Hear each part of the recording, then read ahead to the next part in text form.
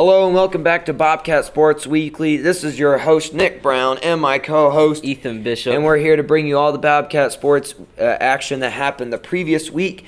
And this is episode 7 already. Crazy that it's already been this long, man. Mm-hmm. Yep, 7 weeks now. 7 weeks straight. We're still grinding out these videos, man. So, Bobcats got the big win on Thursday night. Thursday. Bobcats got the big win on Thursday, not Friday. They played Thursday, got the huge victory against Giles. Volleyball went 2-0, and then just yesterday, Bobcats golf team advanced to state, and we'll bring you all of that action just coming right up. So our football team went on to Giles. First win in for us beating Giles since 2010, and we absolutely smacked them 42-0. I mean, not a whole lot to say. I mean, defense obviously stands strong, holding another shutout. But I mean, defense was good, but Giles is just really low this year. Really, like a small team. They're all very small, very young team. Yeah. A lot to look forward to if they're for the Spartans. But for right now, I mean, they're just still growing and just very small. But kind of helpless too, since we took their best player from last year. Yeah, so also. taking Kip Green, and then also their second best player transferred to Blacksburg also for this year. So I mean, it's a little up there for Giles, but they'll be okay. They'll bounce back. But that does not discount the play for the Bobcats. Absolutely stomped them at Giles. Played extremely well. Zane Roop finally got a good passing game going. 6 for 8, 122 passing yards. Pretty darn well. Obviously losing PJ and Justice as our leading rushers. Darius Wesley Brubeck picking up the slack, man. I mean, he played really well. Yeah, let's see here. He had 9 carries for 88 yards. Not too bad, but you also can't forget 3 touchdowns for him also. That's 5 in the past 2 games. That's ridiculous. He is going off right now. He's definitely filling in the role for PJ Prelude. So certainly needed. Now, of course, that running attack cannot be taken out without Zane Roop. Yep. 7 rushes for him, 105 yards. He also had himself a touchdown carry. Night Train Zane, man, he's coming out and playing strong these past couple games. Yeah, he's definitely stepping up to all of our players that are falling down. He's definitely living up to the filling in the roles, you know. And you can obviously tell he's the sole leader of the team. Everybody respects him and really trusts in him. He hasn't. I mean, he's been a little down on his passing lately until this game. He finally showed that he could be a little bit more accurate. But before, I mean, he was having like 1 or 2 completions past 3 games. But it's good to see him get a few completions there. You alluded to Kip Green. Obviously, homecoming for him, and the defense just played out of their absolute minds. I mean, you can talk about that. Yeah, so they only allowed them 164 total yards, only 6 passing yards. Their quarterback was 1 of 6, I want to say. So our defense just had another lights-out game. They're so good this year. Yeah, they held them to 52 yards in the first half. 52. A lot of the yards came in the second half when they were driving on more of the freshmen and the sophomores, which they're obviously still pretty good and still held the ground, still kept the shutout. But that's when most of the true yards came in for them. Jarrell Baylor, we also missed out on him. He had a 2-yard touchdown run. Can't forget about him. Metro Rellan getting in there, getting a big old touchdown run there. He's been playing very well, big old bruising back. Yep. Their front four was pretty solid. They had some big boys on the line, so couldn't do much on the up the middle. But with the little cutout, especially read options with Zane and the sweeps, and it was lights out from there. Can't forget about Jersey Johnson, too. Exactly. He had a 30-yard run also, Yeah, too. that was at the end. He was the quarterback. Zane sat out the 4th. Jersey came in, took a little dance to the left, juked out a few defenders, came right back to the right. It was wide open. It was an electrifying play. Justice Marshall was the first to greet him in the end zone and tackled him practically in the end zone and celebrating. He was very happy for him. But it was cool to watch that. I was up in the booth broadcasting with Richie Davis and Jeff Kleppen. And they were excited and loved watching it because obviously they've lost to Giles a lot in the past, and they've always been very good, very big powerhouse. So it was good to see the guys who used to see the suffering to Giles come out and see us put down the wood on them. Yeah, Giles, they definitely haven't been the team that they used to be known for, but they're a young team, so. Yeah, losing a lot of players obviously hurts. Kip Green had a fantastic game, had a bunch of tackles for losses. He's practically in the backfield, him and Ben Cox, obviously. Big story on this one, the penalties, man. Yeah. It was ridiculous. Combined 11 penalties. The opening kickoff had a delay of game. Yeah. And that's how bad it was. Bobcats had 7 penalties for 65 yards. Yeah, kind of another game with a lot of penalties for us. It's definitely something that coach needs to work on and help us not get as many penalties, because last game against Gretna, I want to say we had like nine, and it was a lot. It definitely hurt us too. Yeah. So. Yeah, compared to Giles' 4 penalties for 45 yards. Bobcats also held Giles to 4 total first downs. We had 16, so, I mean, if you take 4 to the power of 2, we squared their first downs. Yeah. That's pretty impressive. 382 total yards for the Bobcats, 260 on the ground. This offensive line is just ridiculous. Yeah, they're so big, you just can't get by them. I was in the bathroom at the game, and I heard one of the Giles fans say, "Did you see that offensive line? They look like full-grown men out there." Yeah. And I didn't say anything. I just smiled. But yeah, I mean, he's right. They look absolutely like tanks out there, and it's a wall. Yep, for sure. Bobcats came in 4th ranked in the Times-Land behind Lord Botetourt. Salem as number 1. Lord Botetourt is 2. Blacksburg is 3. Bobcats is 4. Salem and Blacksburg played the same day, same Thursday as we did, and lost to Salem by 2 touchdowns. So you got to think. I mean, we Bobcats might be moving up in the world. That would be pretty nice. Obviously, number 4 is pretty cool. The only 2A school out there ranked in the top 10 for the Times. But if we can move up to 3, that'd be really, really impressive. Salem looks like one of the best teams in the absolute state in all levels. So them being number 1, can't complain about that. Definitely no complaints there. I mean, they're always just a massive powerhouse. And their offensive line is also a big deal for them. They're very proud of their team right now. And they're looking really good, smash teams. And they killing Blacksburg. At Blacksburg's impressive, man. So our football team this Friday, they go up to Richlands, the Blue Tornadoes. So 2 hours away. Yeah, it's a long drive up there, but hopefully our fans will travel with them. And will you be there? I will be there. I should be there, barring anything changes. But for right now, it looks like I'm going to be there. I have heard it's a very rowdy stadium, and that people up there are very passionate about their team. So we'll see if the Bobcats can handle the noise. But I think it could be a little bit of a trap game potentially, because it's a long drive. Our guys might be a little bit tired on the travel, and Richland's not that bad of a team either. No, so. They are 1-3, but they do have the hardest 3A. They are a 3A school. So the hardest 3A schedule in the state. That's pretty hard right there.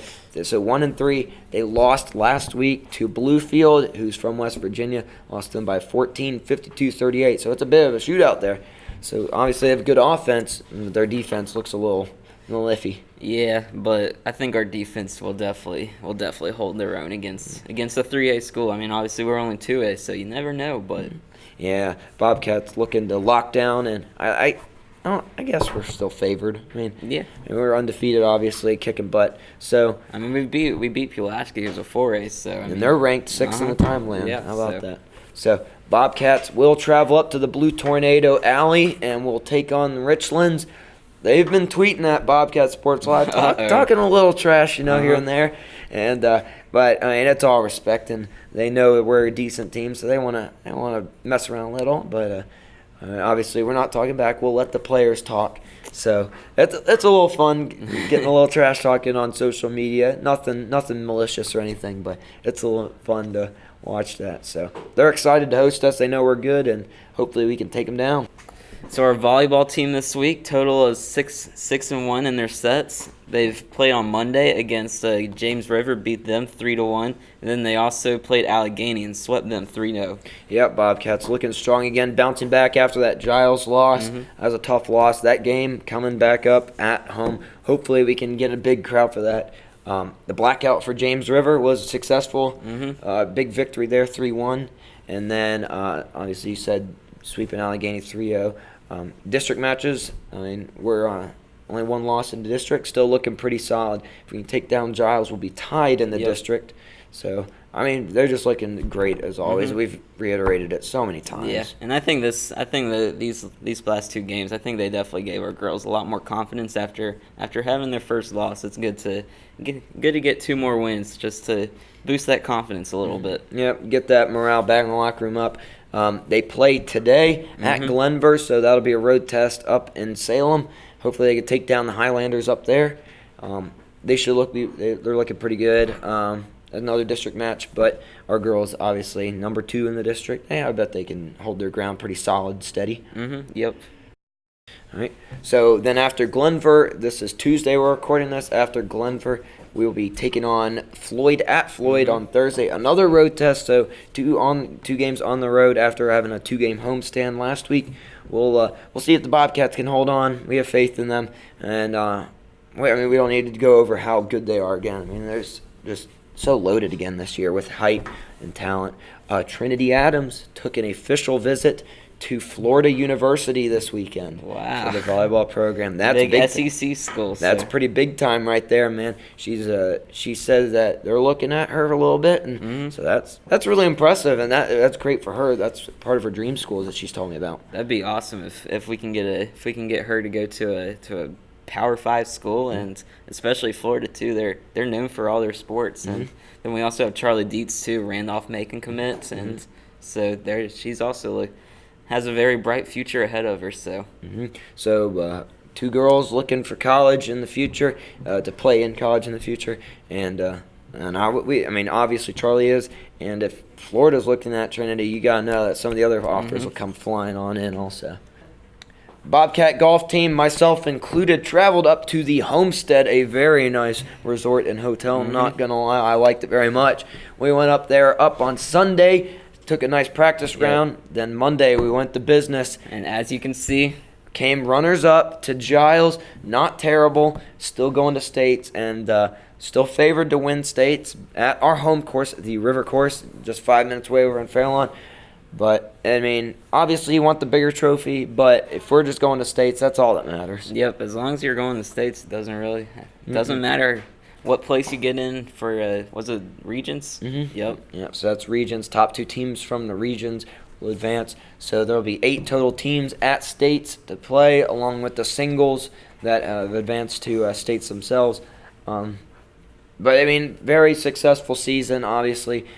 Giles played very well, and they came out, and they just beat us. I mean, they beat us by 2 strokes, so but we did get the pig for the rest of the year. The rest of the year, wow. Yeah, because Floyd didn't make states. Floyd did not make states. Man, I didn't even. They played not so great.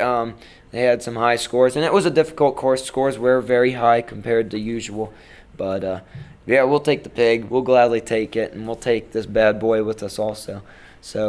But hopefully here in 2 weeks, y'all can get the really big one. So that will be October 14th, Columbus Day. That is a Monday. Hopefully, you guys can come out and watch it. I heard some people saying, "Can we watch this? Can we come watch?" Yeah, you can come watch. And we will be playing after school. It's a long event, so we will be playing still after school. So it'd be nice if some people came down and watched us at the River Course. Very beautiful walk. You were there, obviously. Yep. Coach Roberts, he told me that when y'all were at the Homestead, y'all stayed there for like 10 hours. Like it only took you y'all got there. Y'all started at 9 and you finished around 3. But you still had to stay there till 7 because some of the other groups didn't get to start till like 12, and so y'all didn't get home till like 10:30 last night. Yeah, we got home very late. You said we started at 9. First group started at 9. I started at 9:30. The last groups didn't tee off till around 12:30ish.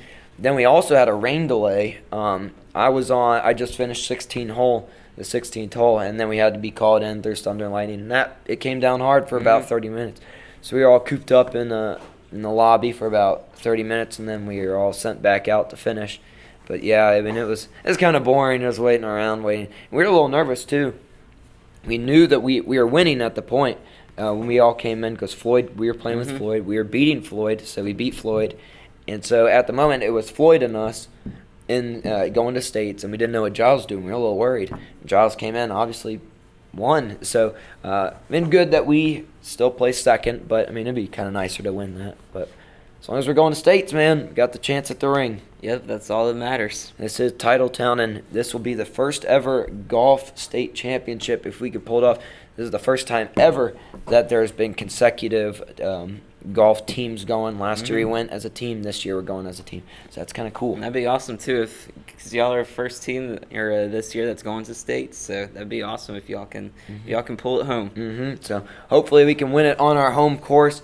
That would be very exciting. And hopefully Bobcat Nation can come out and watch at least the trophy ceremony. Yep, for sure.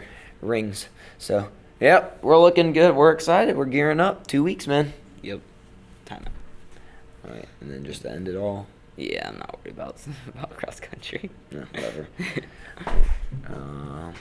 Do you want me to close it off? Yeah, you can start close off 3. Should we change it back over? Yeah. Honestly, I'd say we can probably get rid of this too. Yeah.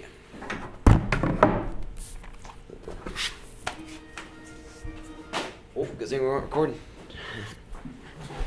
So I'll start it off. I'll start it off. Yep. 3, 2, 1. This has been our 7th installment of Bobcat Sports Weekly. We're still having a lot of fun with it, and actually our views are still doing good. Y'all seem to be enjoying it at home, so I hope we can keep it going, and it's been a fun time. We're very much enjoying this. We're glad we can bring you all the Bobcat news. We're glad we could just keep everybody informed about what the Bobcats are doing and bring you that inside information. Yep. So till next week, we'll see y'all for the 8th installment of Bobcat Sports Weekly. Yes, sir. Hopefully we're talking about a big win over Richlands. Yep.